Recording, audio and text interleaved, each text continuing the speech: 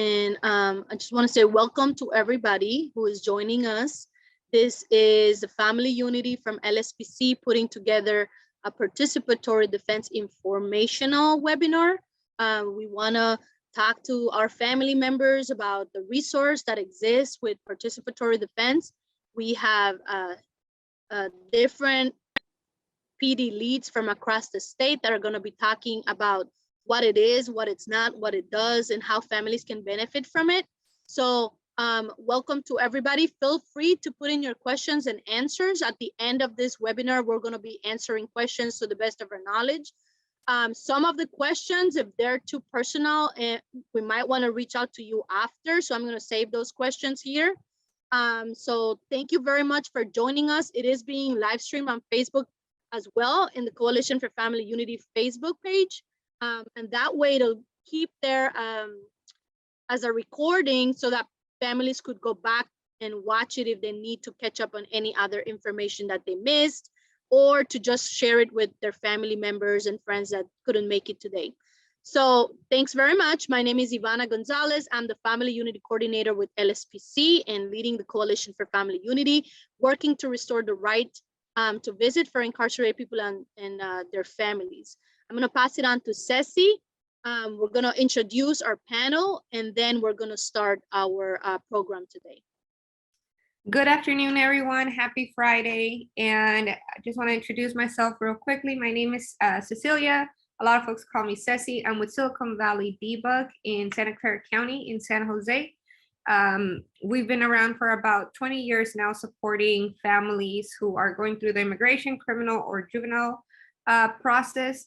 I am system impacted. I'm not directly impacted, but my dad in 2008 was going through an immigration case, and that really kind of opened up the world for us about how perspectives are for people who engage in these systems. And we just needed the support from the community, and the community didn't let us down. We were uplifted and really encouraged to work towards his freedom and his liberation from ICE detention, which we did, and we were able to beat his deportation case. But this just really opened up the world into these injustices in the world, and I just stuck around Debug and been supporting families ever since. Like I said, we are located in San Jose, California, and we hold weekly meetings for families who are impacted that are out of Santa Clara County. Thank you. Okay, Michael, and you can popcorn, Michael. Good afternoon. My name is Michael Gerardo. I'm out of Starting Over Inc. Is the umbrella that handles participatory defense in the Riverside, California area. I am directly impacted. We also covered San Bernardino. This area is called the Inland Empire. So we try to accommodate San Bernardino as well. These are the two largest counties in California. So it's a big area to cover. Why do I do this work? I think for myself personally, it keeps me grounded, it keeps me focused, and it gives me a platform to help and assist people that are going through the court system. But also, we are able to do post-conviction work. We are able to assist people that they may be qualified for resentencing laws that have changed. We can do a lot of board assistance and board preparations. So it just keeps me grounded, and keeps me humble, and it keeps me appreciative of the freedom that I have today. I'll popcorn to Jay. Thanks, Michael. Hi, everyone. My name is Jay Vasquez. My pronouns are he, him, his. I'm with the organization called Courage, based in Oakland, and also part of the Oakland Participatory Defense Hub. And so the reason I got into this work, the reason why I do this work, I would say, is because at 16 years old, I was processed to adult court and sentenced to 31 years to life. And I went through the whole trial process. And I just remember how frustrating and alone my family felt as they watched me go through that process. There wasn't participatory defense back then, so it was just a very isolating experience for my loved ones.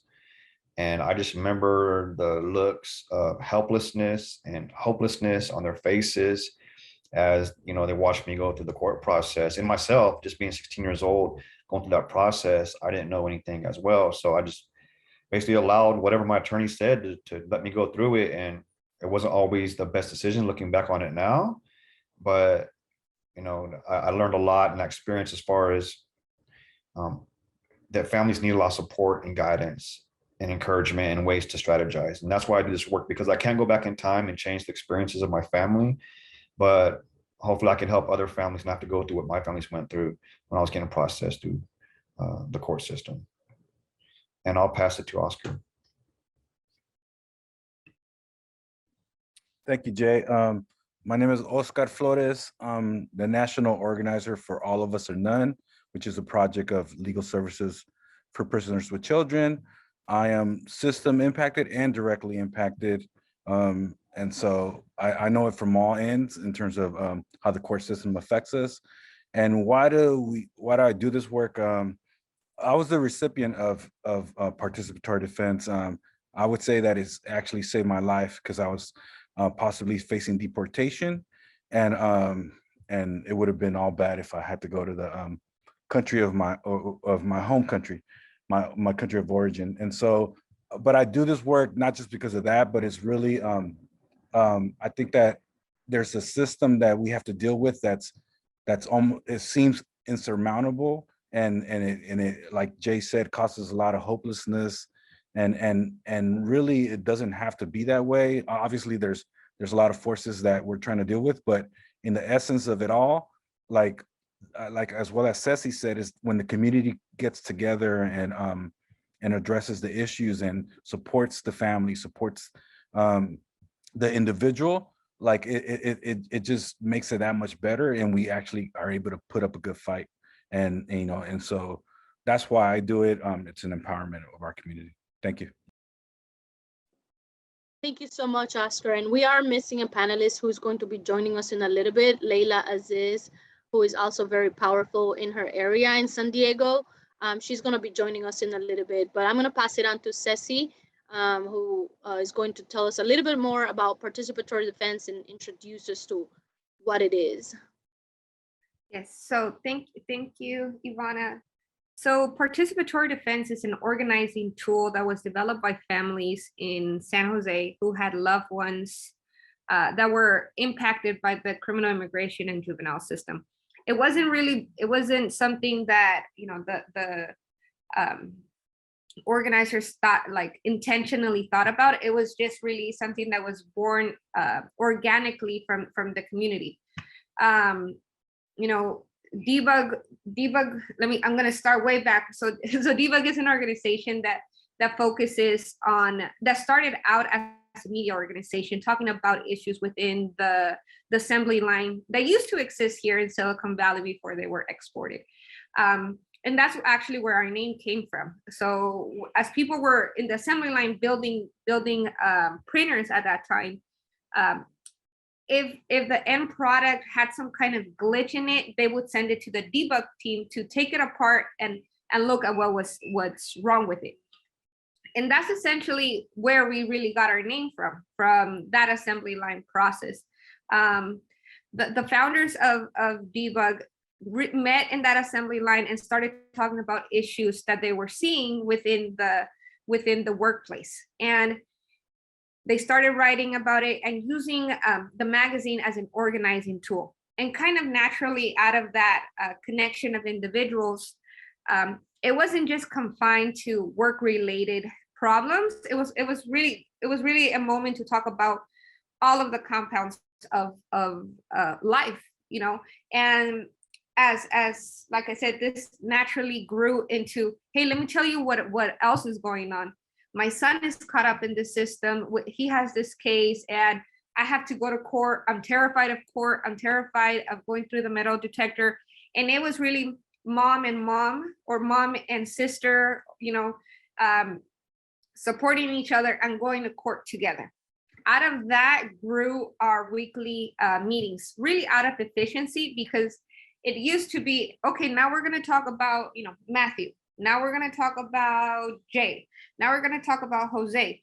It was really out of efficiency that we started doing weekly meetings for the community members who had loved ones going through that system. And we did this practice for, let me say, for a few years, almost 10 years, without it really having a name for it. For us, it was just our Sunday meetings. We had the meetings on Sundays. It was at 2 p.m. right after church. It was just a routine where moms go to church, and then that's the time that would work for the families. So we started meeting more regularly, and really out of these individual cases, we were able to see these are the holes within the system that we should be addressing as impacted community members. At this point, I was already coming to the Sunday meetings. We also held the second meeting in the east side of San Jose on Tuesdays. I was coming to both meetings for support for my dad. And that's kind of just how I stuck around for this long. And around 2015, we gave a name to this instinct that the community had been cultivating of organizing and protecting our loved ones from this unjust system. And we called it participatory defense. And the name is very intentional because we want the families to be participant of the defense of their loved ones, and not just a recipient of organizing. We want to build agency within each family member that they too can make the difference. So that's why the name is so intentional, and we call it participatory defense because families need to be involved within this process. For example, with us, in participatory defense, families are always taking the lead. Like, we as organizers don't do anything without the families. So that's what differentiates, a lot of support that families have, all around, versus participatory defense, where you are the one that are taking the lead, and we are right there with you. If you need help writing an email, if you never had an email account before, like, we'll help you write that, create that email account, draft that email with you, but then you send it out. When we're requesting meetings with the attorney, is the family is requesting that meeting, and we'll go with you. We'll help you take notes. We'll kind of help you stay on track. But it's the families taking on that lead and empowering the families that they are the ones who are creating the change within their loved one's case, and building agency and building a new tool for their support. So going back, so around 2015, we started sharing this organizing model, which was really holding weekly meetings for family members, and then looking at the bigger landscape of what are the issues that we can address as a whole with the community that we're working with. We started sharing that, and currently there are 43, or I forget, 43.4 different organizations that are practicing participatory defense across the country. So not only in California, but also you got folks in Providence, Rhode Island holding weekly meetings. You got folks in Boston holding weekly meetings. You got folks in North Carolina holding weekly meetings. You got folks in Tennessee holding weekly meetings with the same methodology, principle, and organizing tools that we created here in San Jose. So in a nutshell, that is the organizing tools that we've developed, and what drives participatory defense to be as successful as it has been, because we are grounded within the families that we support, and we are led by the families. In California, we've done several trainings, up and down from San Francisco to San Diego. We've trained different organizations, and the reason for that is because we don't want to just hold the power, or not the power, the knowledge of participatory defense. Like, we believe participatory defense can be exercised by anyone. Like, there's nothing special about me. There's nothing special about my, my colleagues about knowing the system. Like, we've learned about the system by practicing it, by going with families, by supporting families, by sitting in courtrooms.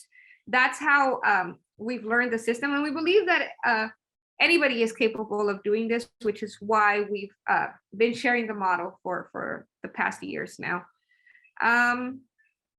Any questions so far? Lastly, I'll just end with saying we have 3 guiding principles within our work. One is, by working together, you break that isolation that Jay talked about. Feeling alone, that is one of the first things that we see. Families feel alone. We meet them pretty much at the lowest point, where they can't even confide in their own family members, and we become that community. And the weekly meetings become that space for families could just vent about the situation that they're going, leave with some clear next steps, and be able to complete them for the next week to come. And we really break down the process so that it doesn't become an overwhelming process.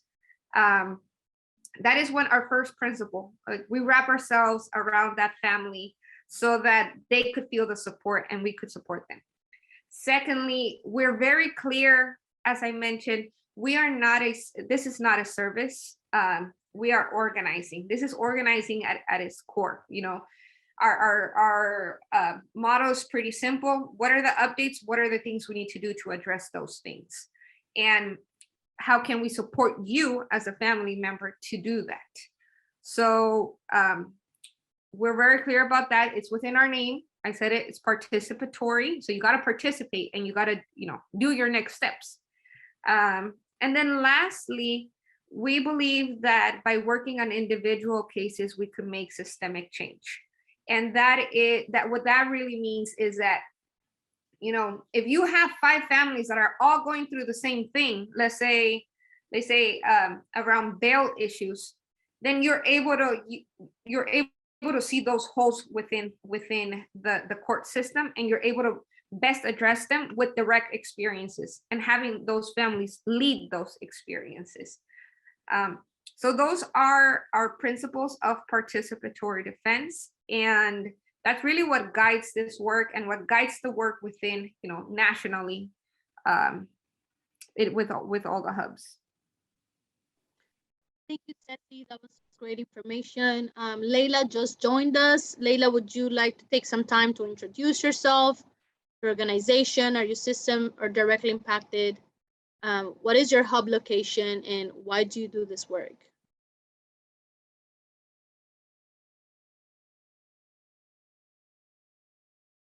Thank you. Just got out of a meeting, trying to get to a quiet place. Layla Aziz. I'm with Pillars of the Community, and we have a participatory defense hub in San Diego that is volunteer-led. So we do more of the supporting of the volunteers. And what got me into this work, my husband is currently serving life without parole in a California prison. Thank you so much. Thanks, Leila. We're gonna go back to our agenda, and Jay. Sure. Yeah, thank you, everyone. I just want to clarify a few things. A lot of times when family members join our hub, there's some misconceptions about exactly what participatory defense is and what it isn't. And so I just want to just share a little bit about what it is and who we are as organizers. And that's exactly what we are. We are community organizers with lived experience, whether that is having gone through the system ourselves or having a loved one have gone through it, or both. That's where we get our expertise from. And so we are not legal experts. We are not attorneys. We are not service providers. And lastly, I would say that we're not saviors. Like, we can't work miracles. And we understand that the system is very unjust, very stacked against our people. And we're gonna get together. We're gonna, 2 heads are better than 1, 10 heads better than 2. And so when you join our weekly meetings, part of it is, receiving that support, showing you're not alone, because you're not. But also, we're here as thought partners. We're here to help strategize, and we're help to look at where your loved one is at, and in the process, in the court process. So, okay, based on our experience, our collective experience, right? What do we think are the best next steps? And then we offer those next steps as a thought partner to you, and allow you to make those decisions. It's not my place to say, hey, do this, do that. What I'll do is also make suggestions based on my experience. And then you as a family member will take the lead and go for it. And I'll help support you in that decision, whatever you make. And so that's kind of like how we work. We definitely empower the families to take the lead. We support, we'll help guide. And then also I would say that we're very compassionate and passionate about the families you work with, because myself having supporting families, it hits home for me, having been through that experience myself. And so I just want to clear that up with folks on, what we do. And just like I said, we cannot provide legal advice. We're not attorneys. That's not our place. And so that's what we do. The other thing that I want to share is maybe some of the activities and kind of what it looks like with participatory defense. And I'll just go like a high level overview of some of the activities. So if you were to join a hub, right, like what would that look like? I mean, we talked about the meeting, we talked about the support, we talked about the strategizing, but I also just want to talk about some of the activities that we do, not necessarily with every family, because every case is different, but some of the things that we definitely, and I can't stress this enough, Ceci mentioned it, but sometimes families will come to us and they want us to do all the work for them. They're like, hey, here's a situation, can you take it from there? Can you contact the attorney? Can you contact the DA? Can you, write something up, maybe my support letter for me? And my answer is no, I'm not going to do that. I'm not going to do the work for you. My role is to help you. As Ceci said, craft that email to the attorney for us to be there and support, but we want you to do the work, right? And I think that's super, super important when you attend those weekly meetings, that you understand that. We keep those meetings a lot of times with the Oakland Hub very, very informal, right? We have a note taker who take notes, so you don't even have to take notes. We'll take notes for you. We'll send you the notes after the meeting via email, as far as next steps, so that you have some work to do. And we'll check in with you throughout the week to make sure that you're able to do that in a way that's going to get the job done. So just want to let you know that's how the meetings look. I will say too that we used to meet in person, and I know different hubs are doing it differently, but currently we're meeting virtually, which creates a lot of opportunities for convenience for folks to join from different locations and not have to travel.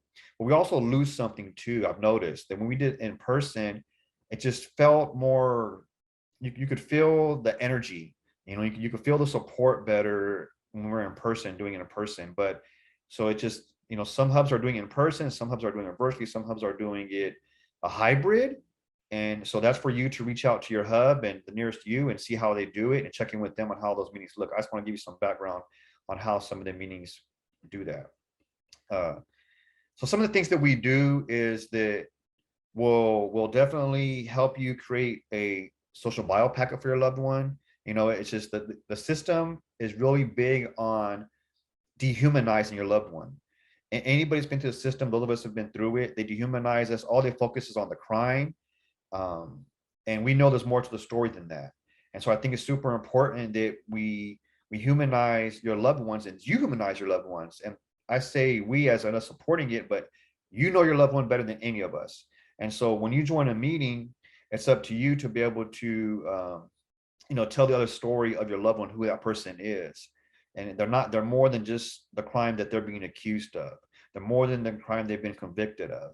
And that's where you put together a social bio packet. And I don't want to go into too much details, but I think that's something when you connect with your hub to help guide you through that. But those are some of the things that PD does, is a social bio packet, sometimes social bio video. We definitely provide emotional support with a non-judgmental attitude. We will educate you about the court process. We'll definitely meet with you and the attorney and act as note takers. We'll even strategize before you meet with your attorney to help formulate questions, but you're going to ask the questions, but we'll help guide and what questions to ask, whether you meet with the attorney, whether you meet with the DA. We'll have those strategy sessions with you. We'll help you review like, certain things like whatever they're using against your loved one. We'll help you review that evidence to make sure that to help you point out any inconsistencies. We'll do court support, attend court support with you to help guide you through that process. We'll also, there's other things we could do. Sometimes we'll even do petitions. We've known to do rallies. We'll, on behalf of our organization, sometimes we'll write support letters on behalf of our organizations. So these are the type of things that we could provide through participatory defense. And I'll leave it at that. Thank you. Thank you, Jay. And in regards to what you said, a question just came in. It says, do you all provide toolkits? I would say yes, we do. We do provide toolkits, right, on different subject matters. Sometimes it's about resentencing. Sometimes it's about like how to create like a social bio packet. So we do provide those type of tools to help you navigate the system. And there's different hubs that sometimes have different resources as well. We do share resources with different hubs, but hubs are constantly growing. Hubs are constantly gaining other resources, and we strive to share that with each other. So you're not just getting like, say you connect with the Oakland hub, you're not just getting Oakland support, you're basically getting national support. Like if I don't have the answer, and a lot of times I don't have the answer, I'll go out there and find it. Like I'll reach out to the national hub, but I guarantee you there's somebody that has been through a similar situation or has supported a family to similar dilemma, provide that guidance that maybe I can't support. That's another thing that's very powerful about participatory defense is that if I don't know the answer, we'll tap into the national network and find the answer for you. Thanks, Jay. Ceci, do you want to add something? I think, yes, we do provide more. So like if for family members, once you come to a meeting, to one of our, whoever in California meetings you go to, we'll provide that more one-on-one support with you. The toolkits that we have developed so far are for the organizers as well, because they're more general, and we know that every case is very individualized. There's a lot of factors that go into different cases, into different courtrooms. So we don't have something that is specific as that. But once you come to our family meetings, we'll be able to work with you more. Thanks, Ceci. We're gonna move on to Oscar. Hi, thanks for giving me the opportunity to speak. So what I wanted to highlight was some of the work that, a hub that I'm a part of. I'm part of two hubs actually, and I forgot to mention that in the check-in question. So I'm part of the Oakland Participatory Defense Hub as a All of Us and None staff. And for the Oakland Participatory Defense, it's 4 organizations that have committed to give staff time to doing participatory defense work. And so All of Us and None is one of them. Jay, he's from Courage. He's the other organization representative from Courage. And then there's Urban Peace Movement and Young Women's Freedom Center. And so all the different organizations have committed staff time. On top of that, there's also other participants that along the way, I think we've been active for about 2 to 3 years. And along the way, we have gained other volunteers, supporters that are from either other organizations or individuals that either benefited from the work or just heard about it and asked if they could be the support. And so that's what Oakland does and how we work with cases. I think that when COVID hit, one of the things that happened was that we had to switch to Zoom. And as Jay mentioned before, during the Zoom meetings was a bit of a hurdle at first when we first got hit with it. Like, what are we gonna do? Are we gonna still continue doing meetings? So there was a lot of searching, and I think that that's one of the powerful things about the hubs is that you kind of you reach, or you are faced with different challenges that sometimes we don't know the answer to. And so we reach out to our network with, as Ceci said, there's 50 something, I think she said, hubs in the United States. And so they all have different experiences, have different understandings of the system, or just things, how to address certain things. And so we reach out to them. The other thing is that, and I would say this on a personal basis, is that with the Oakland hub, when COVID hit, I think at the first meeting that we had, we kind of not necessarily did a meeting. We kind of started talking about, hey, what's going on with COVID? How are you dealing with it? And all that. And so, and that's what happens in those meetings, is that it's a support system. And so it was a support system in that case for us as organizers.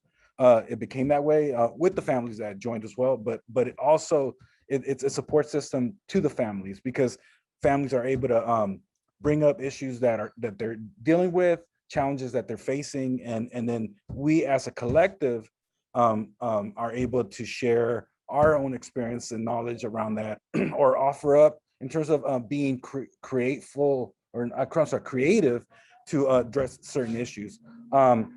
The other thing that I wanted to highlight about hubs that I feel is important is that it should be a conglomerate of different experiences, especially lived experiences. And so I know for the Oakland hub, we have quite a few folks that have done, a whole bunch of time in prison, unfortunately, but also through that have gained a lot of experience of how the prison system works and the do's and don'ts. And then we also have folks that, come from different walks of life that bring that to the table. And so the conglomeration of all these different experiences and people is what makes the hub important. And again, it's not an individual, it's not a Oscar or Jay or whomever else that's leading the work, but it's really us as a collective that are able to creatively face the challenges that our families are facing. So that's one thing that I wanted to mention. I think another thing that I wanted to mention that's important is that there's folks that come into the hubs that have, maybe like Ceci said, they don't even have a Gmail account, right? So I'll sit down with somebody and be like, hey, come to the office. We'll set up a Gmail account. You get your first email. I'll sign you up for Zoom. Figure out how to work with Zoom. And so all these different things, all these different steps that people have to take in order to engage in the defense of someone's criminal charges are things that, little by little, we address them and we keep moving forward. And so one of the other things that I wanted to mention around the hub and why it's important is that it's going through, for example, a resentencing packet, right? So you have to do all these different things. You have to review all these different documents and acquire those documents and all that. It could be feel insurmountable because it's a lot of work. But what we do is that we try to break it down in step-by-step system. And then through the meetings, as the weeks go, you're able to say, hey, I got through first step now, so I'm now on the second step. And then, oh yeah, I got through the second step. I need some help on this in order to get to the third step. And so that's how we function. And I think that that's what makes this a special moment of organizing, is that it's a collective action on defending someone's charges, or again, we expanded it to resentencing as well. So those are the things that I feel are highlights of the hub. All hubs are different. And then the other thing lastly that I want to mention is that that I also am part of a hub in Contra Costa that I guess I was the founder, and then now we have 2 other folks that are there. And the first meeting, I was really, really nervous. I was like, man, I like, this is someone's life on the line. I feel really uncomfortable with dealing with, I don't know the answers. Like Jay says, like, we don't know the answers. I didn't know any answers. And so what we did though is that based on the network and support that Debug gave us, because they know that, and it was mentioned before, that it's irresponsible to say, hey, do this, these are the tools, and go ahead and do it, and then you're gonna fail. And again, these are someone's lives. And so I think that what Debug has as an organization supporting this big old network of different hubs is that it's not only about, hey, here's the tools, go ahead and do it, but hey, I'm gonna support you in this process. And very similarly to how we work with the families. And so that's the last thing that I wanted to leave with is that again, it's a collective process, and we together are gonna move it forward. Thank you. Thanks, Oscar. If anybody has any questions, please feel free to put your questions on the question and answer chat. And then somebody raised their hand. Okay, Michael, we're gonna go with you.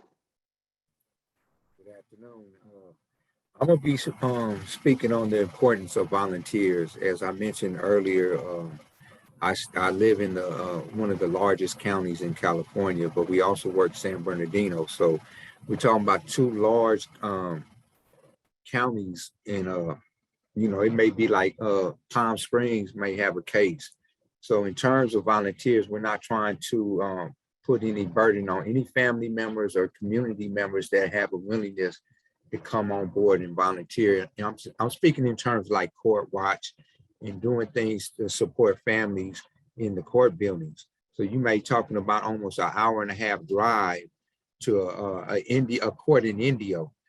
For somebody that's on a fixed income or somebody going to school, that may be a little hard for them to draw from. So what we've been trying to do in Riverside County is create pools in certain areas. So when we have a case in that area, we can contact those individuals in that area to come up and support us in the court watch.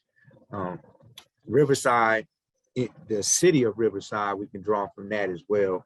And the same thing with San Bernardino. I think as everybody has been mentioning is we're just facilitators. We try to navigate the ship, but in actuality, it's the family members that are doing all the work, and it's the community that's doing all the work. So that has been one of the issues out here, is just trying to fulfill these pools with an adequate volunteer thing, because when we're able to fill these courts up, not only do the family members feel supported, but it shows the courts that the community is behind this individual, that it's not just him sitting, like Jay's mentioned in his testimony, the loneliness of navigating the court system at 16 years old. A 21-year-old may feel the same similar loneliness. And if he can look into the audience and see abundance of community members galvanizing behind him in support, and seeing his family sitting there with them, that kind of inspires that person to kind of hit the law library in the jails and start trying to do some footwork themselves instead of just sitting there hopeless and not knowing. So we're trying to tap into the attraction of this type of work. Like we have a couple colleges trying to draw some students into volunteer work to assist us in navigating the court system. They can come and assist in the taking of notes and be an observant in terms of what's transpiring in the court system. So this will help them in their education as well. So it's important as a whole that we come together as a community, because these are our loved ones that are faced with these charges. And we have to take control back. We know the system is not fair. We see it every day. People that are found guilty and they're actually innocent. So it's trying to create a level playing field for not only the individuals that's facing the charges, but also the support of their families. So that's kind of what we're going through in Riverside County, as well as probably other hubs. It's just getting more volunteers, more people involved in stepping up out of their comfort zones and helping the next person, because in my spiel, like that's what keeps me in this work. It keeps me humble when I'm able to try to step out of my selfishness and assist somebody else. I don't know all the answers. I don't think any of us do, but at the end of the night, it's far more rewarding when you're trying to help somebody else. So that's what I got. Thank you. Thanks, Michael. Does anybody have any questions? Feel free to add your questions to the Q&A, put it in the chat. We're gonna move on to Layla, who's gonna tell us a little bit about storytelling and also the power of network.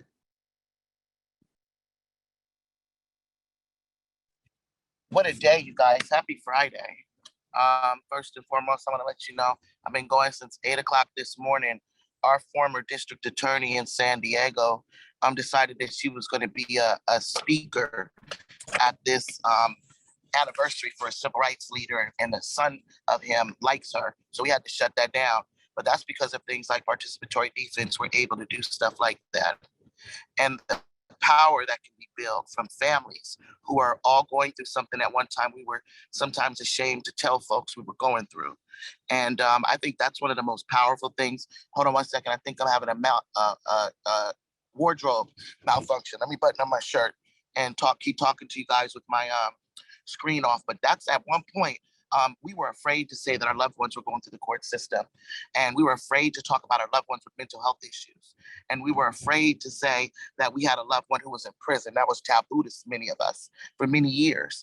And with participatory defense, that fear in itself has been eradicated just by organizing in the courtroom. And I've seen people do miraculous things. I've seen life sentences come off. We have Miss Gina, and we'll talk about the art of storytelling. Miss Gina came to participatory defense because her son had been shot by the police. He was now facing 40 to life, and he languished in jail through COVID for 3 years. And they kept offering him deals such as 25 to life, 25 flat, things, of course, he wouldn't take. He ended up actually testifying, and a lot of work his mother did going through this. He always had court support. He always saw people there with his mother. His mother was always able to strategize with other people. He had a robust social bio. And in the end, he was able to, because sometimes you just want to plead, you want it to be over with, to see this through. He got on the stand and he got a hung jury. And they were going to retry him, of course, because that's what the prosecutor does, because they have so many resources. They just keep going and going as you spend your money, or you just keep going through trials. If you're with the public defender, it's still the same. Even if it's free, it's still the same. It's still the same taxing energy as you're trying to free your loved one. But the DA came with the deal finally that he could accept. And it went from 40 to life to probation for resisting arrest, and you get out tonight. And he took that. But that was the power of participatory defense. That was the power of his mother. Because people thought that if the news was able to tell his story, he would have been a criminal. But his mother told his story through a social bio. His mother told his story through friends and family. His mother told his story through mental health services that were never given to him. And that's the power of participatory defense. She went even further. Her son languished in jail and was then deemed mentally incompetent in San Diego. This is another one of her sons, same mom. And then all of a sudden he was competent in San Bernardino at the mental hospital, and they sent him to prison. That wasn't enough for this mom. The same mom decided that she was going to create a bill. And that bill right now is in legislature to stop anyone from having that happen to them. A lot of times with mental illness, that's another taboo situation. We're afraid to tell people what's going on. We're afraid to reach out. But these same volunteers, these same mothers in participatory defense now have a support group that they run for people just like them to just talk about it and not have anyone look at you as somebody or something that's different and not worth something just like everyone else. That's participatory defense. Because of debug, we've been working with resentencing, and I know a lot of people on here are really interested in the DA resentencing that just came out. And how do you make that argument to have a DA resentence you and how that law has changed? And we were able to assist in some folks getting out through the social bios.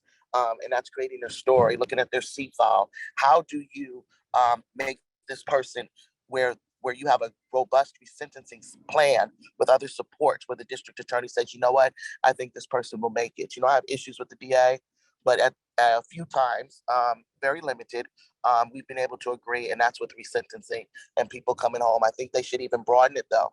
And so that's the fight, that's the organizing that we do. And seeing people come home who had 16 years or 20 more years of just enhancements or something of that nature. Right now, we're working to get a young lady out She has 40 to life, and she's already been in there 14 years, and she was on her own since 13. She was human trafficked, and she had 2 children she was trying to feed, and a buyer told her to park in a garage that was empty, and she did. And when she parked in this garage that was empty, he told her he wasn't paying. He was taking it. She ended up shooting him, and the DA hit her with a gang law, even though she was never been documented. How dare this girl shoot a Marine? And they really, and at this time, that's that not voting. The prosecutor was super duper Republican, if I can say so. And they gave her and racist, and they gave this young lady 40 years to life. So we're trying to get her resentenced, since the DA now says that she's all about helping victims of human trafficking. So those are just some of the stories, and that social bio that changes those stories. I'm at home now, you guys, out the Uber. You can tell I live in the hood. You hear the music? But I want to thank you guys so much for being on here, and I look forward to helping answer any questions with Jay and Oscar and Ceci. Thank you. Thanks, Leila. I have a question here from Cotina. She said, how do I get my child to trial after 6.5 years? The DA does not want to allow my son to go to trial and have denied him his rights to a speedy trial 5 times. I have fought and fought and fought, and we need help. We are in El Dorado County. You know, Henry, he's one of the participants too that's on the line. I think we should have her hook up with him. I know that Henry has spoken to me about they're trying to do participatory defense in Sacramento County, and that's somewhat near El Dorado. But I've heard from that county as well as in Sacramento, where there's a lot of that tactic of folks getting a whole bunch of charges, and then the DA just having folks languish and with no trial coming up anytime soon. And so I think that's what I would say around that, is if we could hook her up with Henry. Okay, thanks, Oscar. Okay, so Ceci, do you want to take a shot at Sarah Rodriguez has her hand up, but I don't think we are enabling people to like speak up. So if you could just add your question to the Q&A, that will be good. Katina also says, no, I have not. I have been there. So Katina, I'm going to, there is a button to answer live. I'm sorry. Yeah, Sarah Rodriguez wants to know the panelist email. Sarah, we're putting a link on the chat that has how to find a PD hub near you.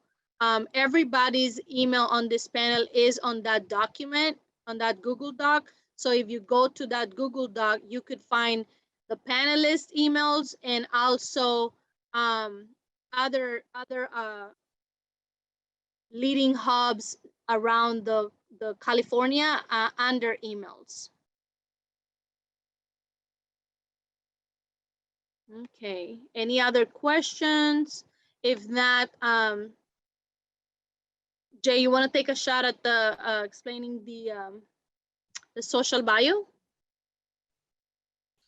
Sure, I can share a little bit on that. I think with all the families we've supported so far, we always make sure to get them started on a social bio packet. So whether that's at the beginning of arraignment, or sometimes people come to us pre-trial. Some people come to us after they've been convicted and they're trying to go back for resentencing. At every single stage of that, we always encourage families to develop a social bio packet. And the reason that's important is because it really tells the other side of the story. It really shows the support that your loved one has, right? I think that's big. It also highlights all the positive attributes and characteristics of your loved one. It could highlight any medical issues your loved one has. All these things the court needs to know about. All these things, if it's resentencing, the DA needs to know about. The judge needs to know about these things. And these are not the things that are often brought in the courtroom. Usually it's focused on whatever your loved one was arrested for in the past, convicted of in the past, and the charges they have right there. That's usually all they focus on. And it really, and that's intentional. You know, the system intentionally does that to dehumanize somebody. So therefore they can just punish them and there's no type of feelings about it, right? And that's what it does. And so it's super powerful through the social bio package, their story. And some of it is, you know, putting together support letters, right? To show that your loved one has a lot of support, a lot of community support, that if this person, say they're pretrial and trying to get them out on bail, right? This person has a community support. They're going to help them make sure that they're doing good enough for your community. They're going to go to their court hearings. They're going to, you know, show up for that. They're not a flight risk, got their loved ones at home. And, you know, the support, or it could be for resentencing, right? It could be that we want to make sure that this person has support if they get resentenced and then they have time served and they come home, that they have a community of support to come home to. And when I say families, keep in mind, I don't mean like only blood related. It could be anybody that is close to that person. And so we definitely want to highlight community and family support in those social bio packages as well. And they can, and if you join a hub, like we'll show you examples of that. We'll help you walk you through that. We'll help put something together that is catered specifically to the needs that your loved one is going through and what, you know, what needs to be highlighted, right? And so just want to say that, yeah, definitely reach out to a hub. You could definitely do it on your own, right? I mean, but we saw time and time again through experience that when families usually hit a roadblock, right? And it's so much better if they have support from someone that's already done it before and is able to provide that guidance. Because the legal process, the terminology in the courtroom is very, very confusing for, you know, everyday people. And so to go at it alone is very overwhelming, we see with families. So I just encourage anybody that has a loved one that is currently incarcerated, whether they're fighting a case right now, whether they've already been convicted and you're hoping to get that person resentenced, to definitely reach out to a hub near you for that support.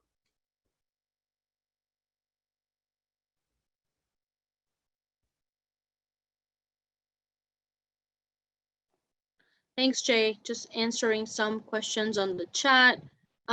It's good that you reiterated that joining a hub near people is the best way to go, because that way, you know, the hub is able to help that individual, their family member specifically on what they're going through and walking them through the steps of how to do what to do. So Yeah, and I want to say one thing on that, Ivana. I want to highlight as well is that we say a hub near you because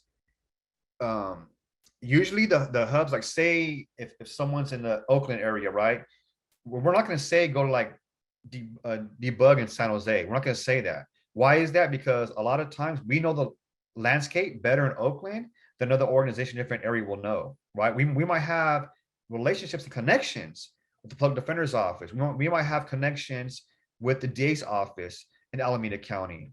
And that's why we say reach out to a hub near you, because they're going to know the landscape better than another hub that's in Southern California, or if you're in Southern California, then another hub in Northern California, vice versa. So it's super important that there's many hubs, right, throughout California, throughout the nation, but it's super important that you reach out to the one closest to you. Preferably, hopefully there's a hub in the county that your loved one is fighting their case in or was convicted in.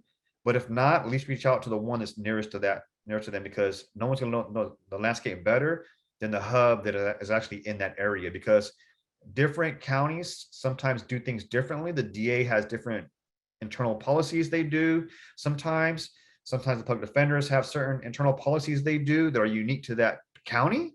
And so that's why it's super important that you definitely reach out to the one nearest you. You hit thanks, it. Jay. Oh, sorry, Ivana. No, you hit it, you know, right on the head and the hammer, however that saying goes. Because I'm seeing the questions in the hub and it's in the chat. It's hard for us as panelists to answer those specific questions right now because it is very individualized, like we said in the beginning. One, individualized to the case, to the situation, to the recall mechanism that brought you back into court. and very individualized to the DA's politics in which your loved one was sentenced out of. Because, you know, what works in LA is not going to work in San Francisco, or the different politics that are going out in LA is not going to work out in Santa Clara County. And like Jay said, that's why it's important for the families to contact the hub near you, or contact one of us, and then we can connect you to those specific locations, or connect you maybe with other partner organizations that might not be within the hub, but that could help you locally in your area. So just be mindful of that. And it's not that we're trying to avoid the questions, it's just that this is why the weekly family meetings are so important, because then you're able to dive into all those different factors that brought you into resentencing, and then you'll have a better outlook or better read of the landscape of where your loved one was sentenced out of and what those next steps could potentially be.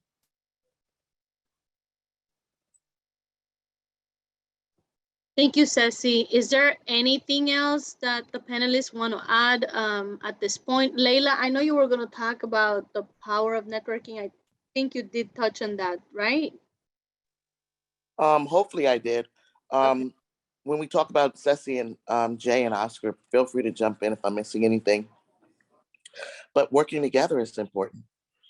Working together locally, working with different organizations is helpful. We get calls from other organizations all the time regarding people who are members of their organization who are caught up in the criminal injustice system or the criminal punishment system somehow.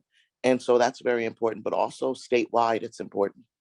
It's important because if you notice, like Jay, I wouldn't have anything to add to what Jay said when he was presenting, because he did such a good job of really showing the work that we're doing. And that training that's part of the hubs is important, because we all know certain things that are participatory defense and that aren't. And so when we transfer clients, or if somebody families, because it's not transactional, it's not a service. Families, it's just like handing them off to a friend, because the fidelity is still there, and they're going to be helped. And so that's very important. And it helps to build statewide power as we each build our local power.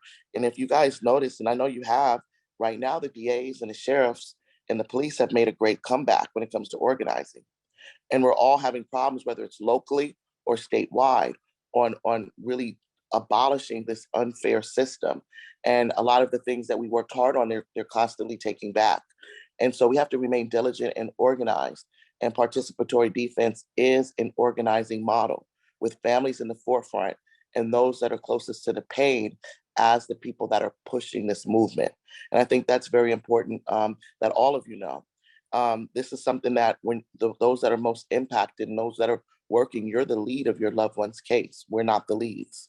We're there to support you. We're there to strategize. Everything Jay said, I hope you took good notes, because he really emphasized, and Oscar did too.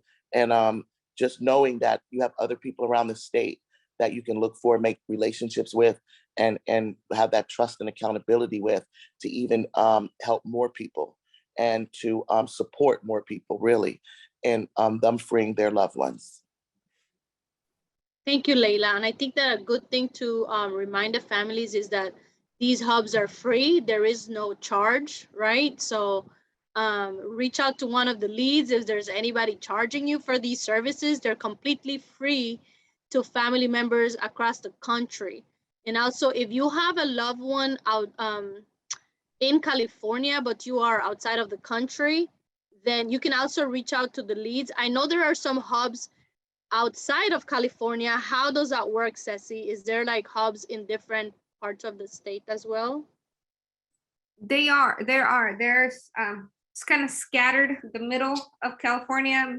It's pretty empty still, but we're kind of at the ends of the US. There's a lot of in the East Coast. There's a lot in California. But I think you posted the website, participatory-defense.org. There's a lot of resources there as well to contact those hubs. But if not, always feel free to contact me. I think you have my contact information in that doc that you have, Cecilia@SiliconValley.org. And then I could connect you with those hubs that are not in California.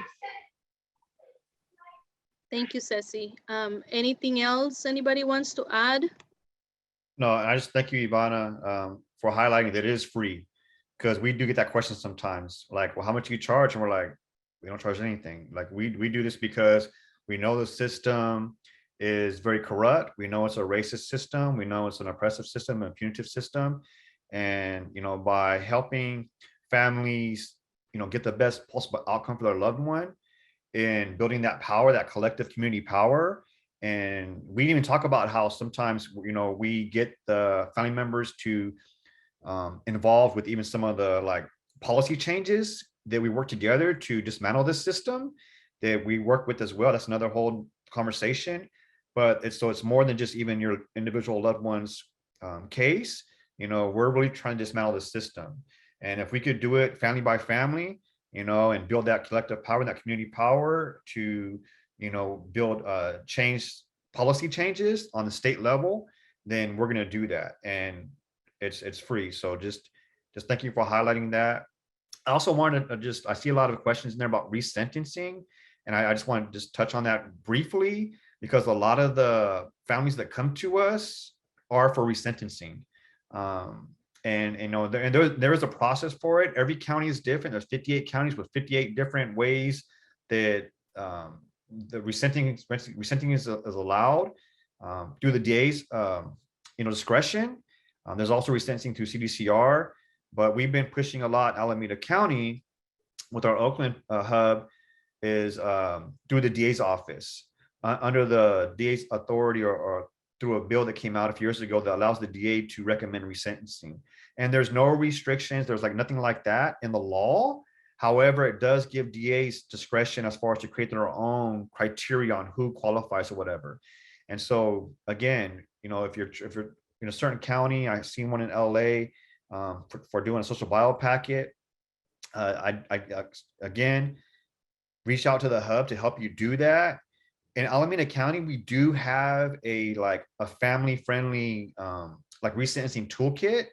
It just shows the process on how to connect with the hub, and I could definitely share that for just so people can see a high-level overview of what that process looks like. We share it for our families here in Alameda County, but a lot of it could be used for other counties as well.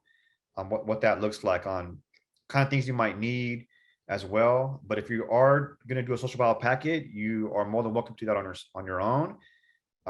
However, receiving the support of someone that's done it, I had to do it for myself when I went through the parole board process. I had to create my own social bio packet, right? And so someone that has experience on doing those things is going to help you tremendously, because when I first did mine, I just didn't do it. I had so much help from people that had created their own before me that allowed me to create a very, very powerful social bio packet that ultimately, I believe, also helped me get out from the parole board out of my life sentence that I was doing. So it's definitely super important that you touch base with people that have experience, that have done it before, although you are more than welcome to try yourself. But I will share our Alameda County resentencing toolkit we did for families in the chat. If I know how to upload it, I have. Yeah, that's it. Okay, thank you, Layla. Oh, she left. Also, maybe you guys touch on this question, but I would just want to ask this question again for people who are listening right now. Who can lead a hub? Anybody wants to answer that question? I think that the better way to answer the question is twofold. One is to look to see if there is a hub already located there, because then you could hook up with them. I would say most of them, I don't know them all, but I would assume that most of them are open to working with people, meaning that if you want to learn how to do the work and all that kind of stuff, they would let you engage. But in any case, if there isn't a hub, then please reach out to Debug, and that website is called participatory-defense-network.org. They have a part where you could reach out to someone from Debug that will train you. And they have a few trainings, meaning if you wanted to get trained on how to help an individual or your loved one, or if you wanted to actually create or start a hub. And so it's a pretty intense training that you would have to go through, but yeah, they offer that. Okay, thanks, Oscar. And I just put the link again. So if there's not one nearest to you and you want to start leading a PD hub near you, the people you should reach out to is Silicon Valley Debug. And the website is right there, participatory-defense.org/trainings, to go through a training to be able to either help your loved one or lead a hub near you in your county if there's not one already. I'm gonna read out some questions that we have here. There's a question that says, I know law students who want to provide pro bono support. What are some of the ways they could help with participatory defense? And just feel free to answer, just unmute yourself and answer the question.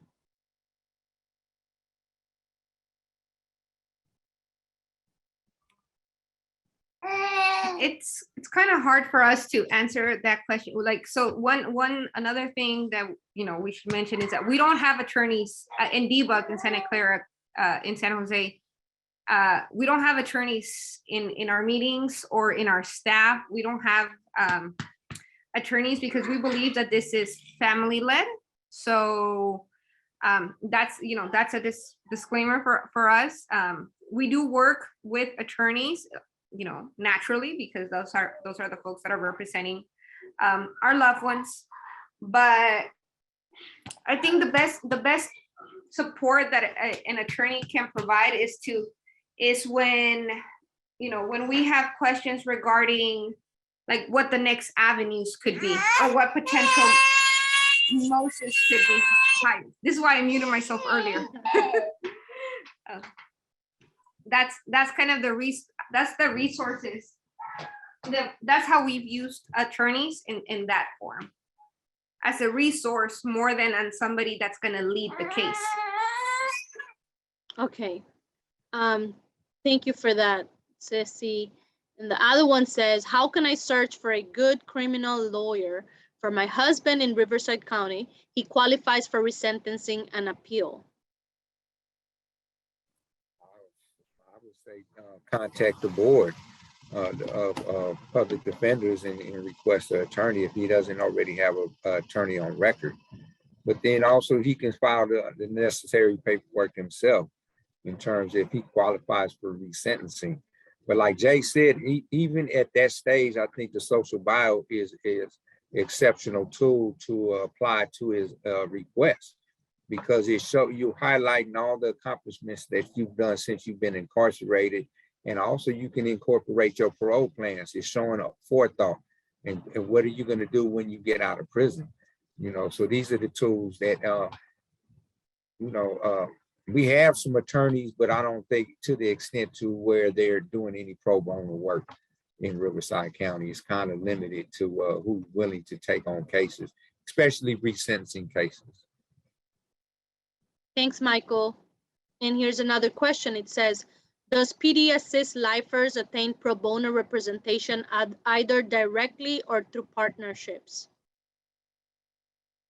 So with a lot of that, we've had participants come to us, even like pre-trial, and then, you know, lifers and all that, families come to us before and ask questions as far as like, you know, a good attorney and all that stuff. And, or pro bono, right? Pro bono is another one. And so what we'll do is we'll just connect them to other resources that we know of, like different organizations that might provide that work. Doesn't mean they will, because they have their own processes on who they take on if they're doing pro bono work. But to answer that question, we will, if we know a certain organization or a certain law clinic that does pro bono work, we'll definitely connect you to, so we can connect with them to see if they'll take on your case, your loved one's case. Thanks, Jay. Another question is, will the hubs support people even if they do not have family support? I can share. That's a hard one because we've had that situation several times, and it's very, very, very, very, very, very challenging because, as Ceci said, the name is participatory defense, and what that means is that we are asking you to participate in your loved one's defense or your own defense, right? Sometimes people are out on bail and they come to us to help fight their case, but without that, the model is not set up for us to provide like a direct service. It's not set up that way. It's just set up in a way that supports families to be their best advocates, take lead. And without that crucial piece in place, it makes it very, very challenging for me, because it's not my job to reach out to the attorney, right? We need someone to be a go-between. And so I've had people come to us say, look, he has no family or she has no family. And what I usually do is I talk to the person and we strategize on someone that could take that role. And usually 9 times out of 10, we find somebody. It might not be a family member, but it's usually maybe a friend or sometimes maybe an acquaintance. We had one person where it was their boss, it was a supervisor from their job that took on that role. But we need someone to take on that role to participate in these meetings, to come to these meetings, to do that. So if someone doesn't have family to do that with, then let's have that conversation and strategize and find ways. Let's brainstorm to find ways on who could take on that role. Thank you, Jay.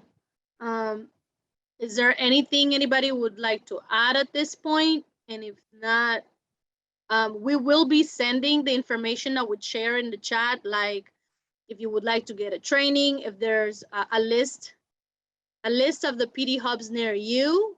There's a lot of emails there. Feel free to reach out to any of those leads in that list for a hub near you if you don't see your county there. And yeah, and if you want more information, we'll share also the participatory defense.org from the Silicon Valley Debug website. So we will be sending an after email with those resources for the people that register. Feel free to share those with family and friends that couldn't make it today. Hey, Ivana, can I add something real quick? For sure. I think that, like some of the information that we're giving, could be helpful for folks. But what I would say is that what's more important is for the folks that have individual cases that they want to deal with, is to really reach out to a hub and get it going that way, because it is a complicated thing. And luckily, as time has gone, many of us have learned how to navigate these waters based on lived experience or just, knowing from this work and getting an understanding. And so that's what I would say for folks, is that for the individual stuff, just like reach out to a hub. And I know, for example, for me, when somebody reaches out to me, even though we're not in that county of conviction, if it's for resentencing, I'm willing to step up and just, help guide them through the process, at least to get them started. But that support system is very important. And so that's what I would say is any questions around individual cases is reach out to a hub.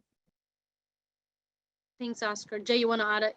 No, yeah, and just, a lot of times when people are facing charges, I think someone shared that it can be very embarrassing, right? It can be very embarrassing. It can be very ashamed, and this is not the place for that. We're not going to be judgmental. I mean, we don't ask for details of anything, during the meetings. We want to protect you and your loved one. So I just want to encourage families that if you have any hesitation on reaching out for your loved one because of some type of embarrassment, because, they're facing a crime or something like that, everybody that's here on this panel and most of the people in the hubs have either been through the system themselves, they've been on that side, or they had a close loved one that has, like a son, a brother, a mother, a father. And so there's no passing judgment. There's none of that going on within our hub. We make it a point to create a safe space for people to open up and share, and also in a way that is not people saying incriminating things. And if there does need to be some more like details expressed, we'll do that offline, which is like an organizer and you without the group. So just again, just don't be ashamed or scared or embarrassed contacting a hub about your loved one. We're more than willing to help and support in any way. Thanks, Jay. Appreciate that. And for people that register today and want to go over the recording, we are also live streaming it on Facebook right now. So you can go back to the Coalition for Family Unity Facebook page and see the recording of this webinar, and feel free to share it with other families and friends. Like I said, we will send out the hub list, and you can share that also. I'll put that list also on our Facebook page so that people could have more access to it. Ceci, you want to add anything? No, I mean, no, I think we covered kind of the overall general explanation of what participatory defense is. Feel free to reach out to any of us. You're gonna have the contact list, or to those named in the contact list as well. We're here to support and help. Remember, you're the one that is leading the charge in this in your loved one's case. So be ready to put in some work yourself. Do that. Okay, anybody want to say last words, and then I think that we can end our meeting for today. Thank you so much to our panelists who have made some time and space in your agenda to share this information and this tool, this great resource that is out there for family members.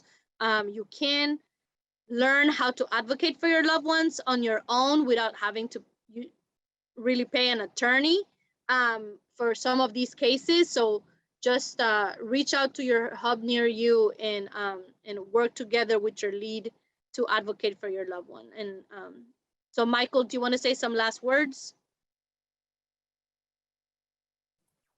Yeah, I just appreciate the platform. I think it's a necessary tool to continue to use these type of platforms to get the message out that these families are not alone, that there are people out here that care. Like a couple of people that say it's no charge. It's just help assisting families navigate these court systems and being supportive to them. So it's very important work. Thanks, Michael. Oscar? Jay? Yeah, just want to thank all the panelists here for sharing and being open, and also thank you too, Ivana, for putting this together.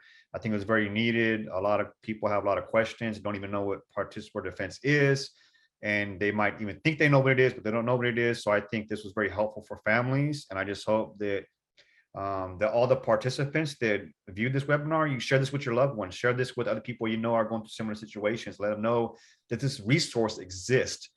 You know, that you don't have to go out, you don't have to go out this alone. So just, share it. It's meant to be out there for families to know about us and to connect with the hub near you. So yeah, thank you, Ivana, for putting this together. Thanks, Jay. Ceci, I think you gave your last words. Thank you, Mark, also for your help in staying with us during this to check on the technical part of it. Thank you, everyone. We appreciate you for joining us and staying with us. And remember, you can reach out to us at any time, and we will, if we don't know the answers, we will find them for you. So God bless you all, and see you next time. Thank you.